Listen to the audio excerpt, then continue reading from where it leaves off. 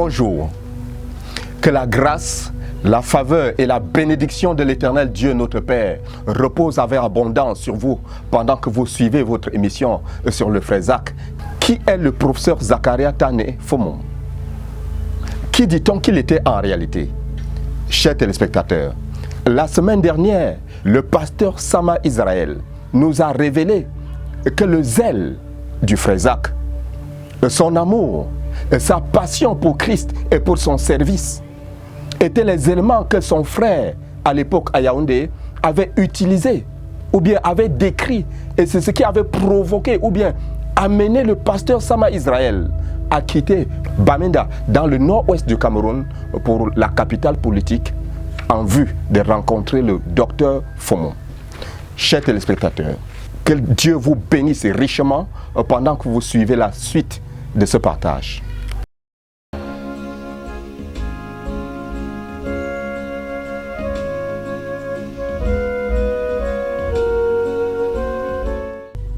What I can say about his effort and his commitment to build me up, to build all of us up who were around him that time.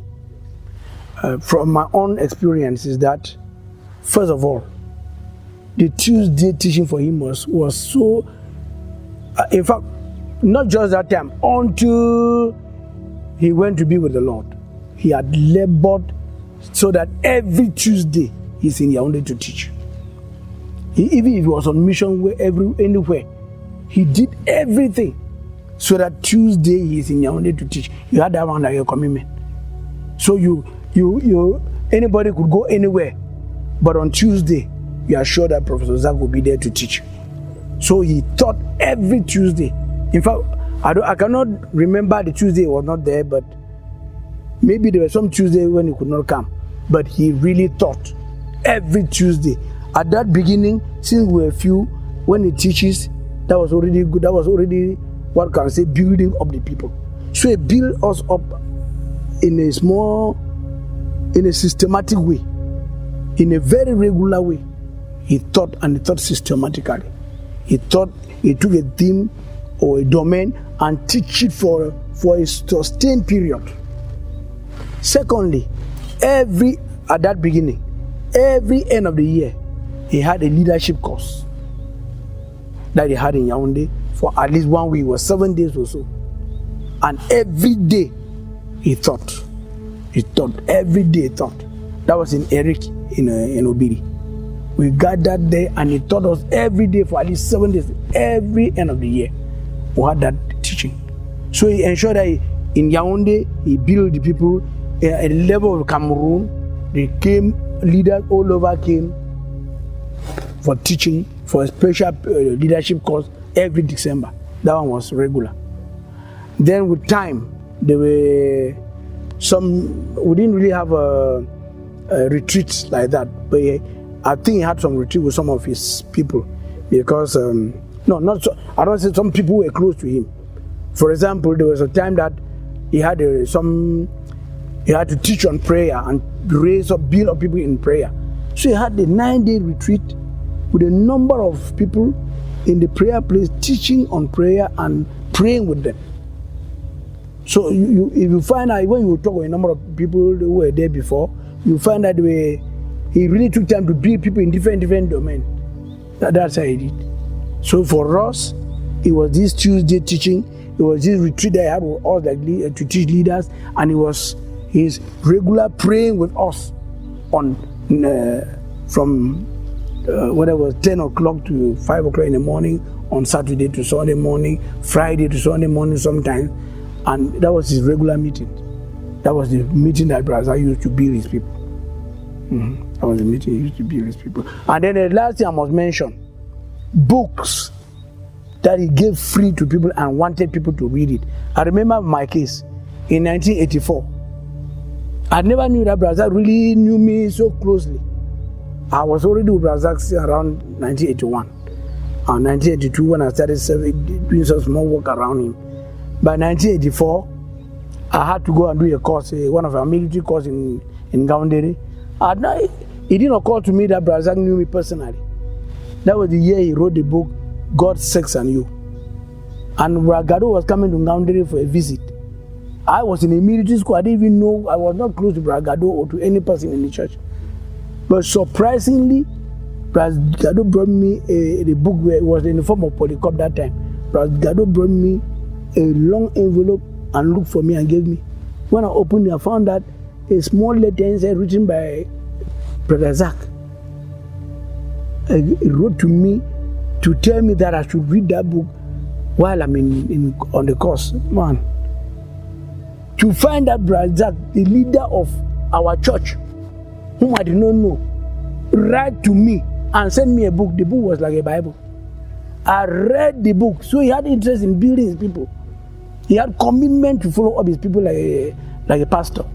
I didn't know that Brother Zach knew me, but he wrote the Brother Sama Esau, because then I was being called Esau, Brother Sama Esau, and then on there I wrote the Zach Fomum. Brother, I read that book. First of all, I presented in the church.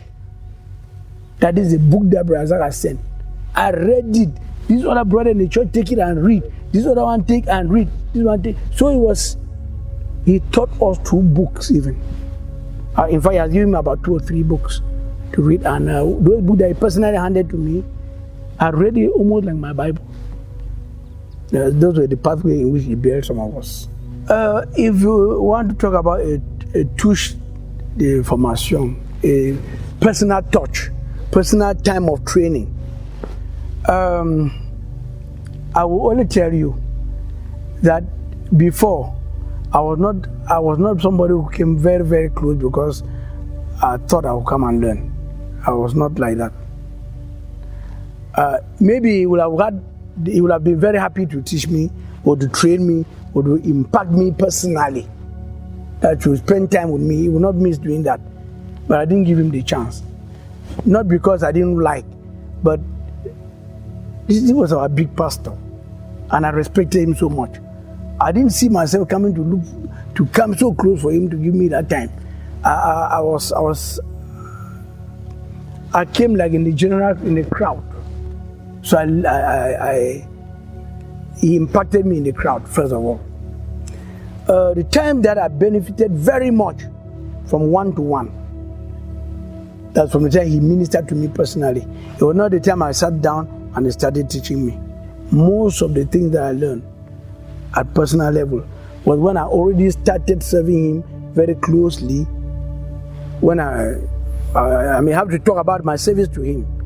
There was some time when he had to go to the department at that first time. He went and spent most of the night because most of his work was in the night. Apart from when he go to the department, to university to give lesson. But most of his research in the laboratory was in the night. And most of the time he also wrote books, was in the night. So I had the privilege to take him to the department, drive him to the university department, for him to pass the night there writing or studying some of his things in the lab. So most of the time that I was very close to him was when he got me inside his office. We sat there, he asked me what are the plans that I have for my life, and we talked about it. What are the things what about my family? He asked me details about my family. It is in his office in the late hours of the night that he knew that I was a triplet. It is in his office late hours of the night that he knew that I had this number of brothers, this number of sisters. It is there in his office that he knew, or sometime in the car when we are just 2 of us driving, that you ask some question. And for Brother Zach, any question he asks has meaning. For him, either he wants to learn from it, he wants to teach you from it. And let me take an example. I was driving one day with Brother Zach from Etugu Bay, and I was going to drop him in Colbison, in Sister Esther's house, where he used to go on retreat. I thought that to be with him and drive with him, I need to be very quiet because he was a man we didn't talk very much.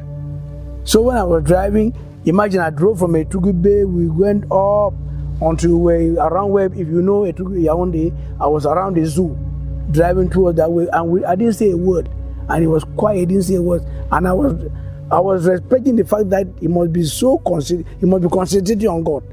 But around the zoo, he said, Israel, what is wrong with you? I didn't understand. I said, nothing, Daddy. He said, no, something is wrong with you. This quiet cannot be just simple quiet. I said, no, Daddy. He said, why are you not saying anything? I said, I don't have something to say. He said, brother, something must be wrong with you. I don't know, I understand. I got so confused. I'm keeping quiet because I don't want to disturb him. I don't know what is passing in his mind. And he's studying the fact that my quiet means that something is wrong with me. For me, it was a big lesson. Amen. The second example is that I was driving with Brother Zach from Etugube going to university. And we got to Meleng. And I drive and I look left and right. I didn't understand that driving and seeing people on the left and right is wrong. Or it can be interpreted. So when we crossed Obili, at the junction, Carrefour Obili, and we were driving up, I suddenly, at one moment I told him, hey, Daddy, did you see brother this? I told him, did you see brother this? He said, where is he? I said, I saw him by the side of the road there. He said, brother, are you driving? We are seeing people by the side of the road. I said, no, he was just standing by the side and he greeted us. He said, at that rate, you will backslide. I'm driving and I see people by the side, and by seeing people by the side, I may backslide. I will backslide. I got frightened. Then he explained to me that when you are driving, you concentrate in front. When you start seeing people on one side, this side, it means that even in following God, you will not concentrate. You will see people on the left side. So even in driving, Brother could teach me very clearly about my walk with God. I don't know, I understand. He told me, seeing people on the left and the right while you are driving, you may backslide. Then he explained it to me, that when you are following God, you must concentrate on God and not have your eyes looking left and right. So I learned. So most of his impacting me is when we're two of us either in the car or in the department. When we are traveling or when we are somewhere alone. He was not really calling me, putting me down and start teaching me. So I learned. For that one, I can give you multiple examples and teaching that he gave me that transformed me very much, or that made me become serious. Alléluia.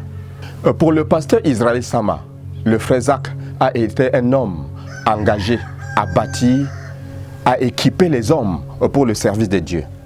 Et ceci par un enseignement systématique, mardi après mardi.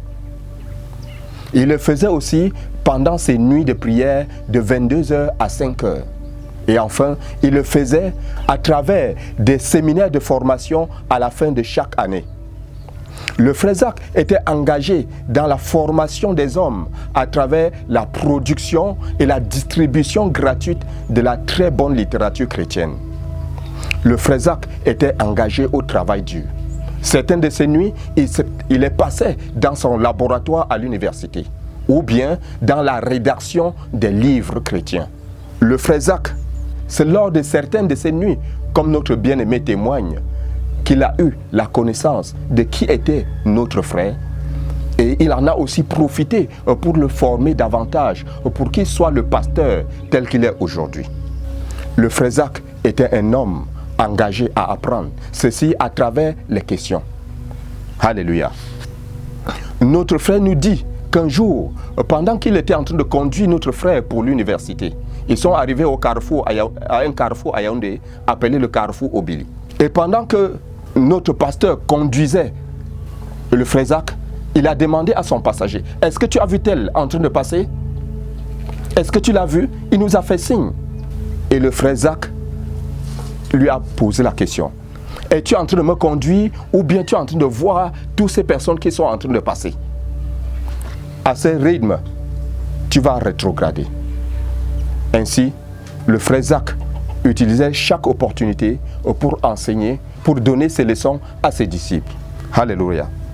Voilà de manière ramassée le résumé de ce que notre frère vient de dire sur le professeur Zacharias Fomum pour ce jour. Que l'Éternel vous bénisse abondamment. Rendez-vous la semaine prochaine.